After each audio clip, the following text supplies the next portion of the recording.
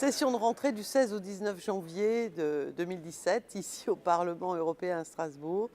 Session de début d'année, mais un peu particulière pour deux raisons. Une raison climatique, c'est qu'il fait moins 10 degrés avec un ressenti beaucoup plus froid. Et on parle du changement climatique, mais les saisons sont bien contrastées. Et puis, le deuxième élément qui rend la session de rentrée un peu singulière, c'est que nous sommes à mi-mandat et qu'à mi-mandat, nous renouvelons toute l'organisation des responsabilités au sein du Parlement européen. Ainsi, avec le départ du président Schulz, qui, s'il n'était pas parti, aurait eu tout mon soutien, bien qu'il ne soit pas de ma sensibilité politique, parce qu'il il a donné de la visibilité au Parlement, même de la force, et qu'il est vraiment fermement pour le siège, il était, puisqu'il ne le sera plus, pour le siège du Parlement à Strasbourg. Donc il aurait eu tout mon soutien. Donc il s'en va. Et il y a des candidats pour la présidence du Parlement, des candidats issus de chaque groupe parlementaire. Mon groupe parlementaire présentera Guy Verhofstadt au suffrage de l'ensemble du Parlement, des 751 députés, avec plusieurs tours d'élection. Il faut la majorité absolue au premier, au second tour, et ensuite la majorité relative suffit. Et il est évidemment en lice avec d'autres candidats des socialistes, candidats du Parti populaire européen et des candidats de tous les autres groupes politiques. Il y a pour l'instant ce soir 7 candidats officiels et il y aura ensuite l'élection de 14 vice-présidents, de 5 questeurs et la réorganisation des 22 commissions parlementaires. Moi, je souhaite, en ce qui me concerne, et je me représenterai pour l'élection auprès de mes pairs, rester membre de la Commission des libertés, des affaires intérieures et de la justice et rester membre comme suppléante seulement de la Commission de l'emploi et affaires sociales.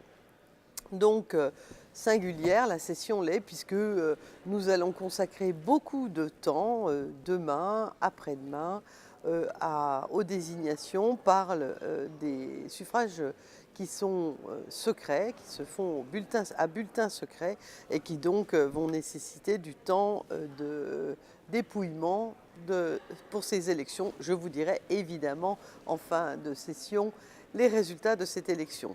Nous aurons aussi donc un temps fort concernant la prise de présidence de l'Union européenne par l'île de Malte, qui est l'un des États membres de l'Union, avec donc un débat pour les priorités de Joseph Muscat, qui donc est le Premier ministre de Malte et qui va dessiner les contours des objectifs qui seront les siens au nom du Conseil de l'Union, c'est-à-dire des gouvernements de l'Union européenne.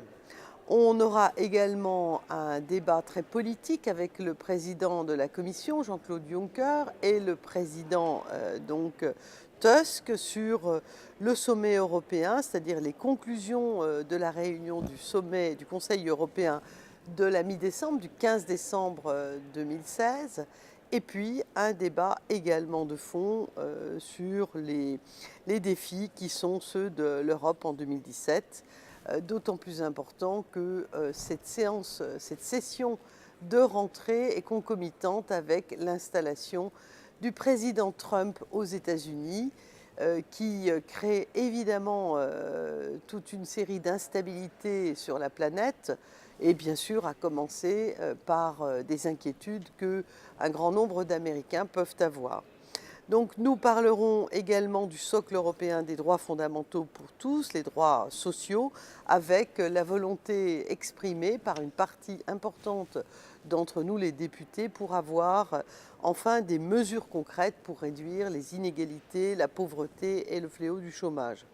Il y aura dans l'actualité aussi de la session un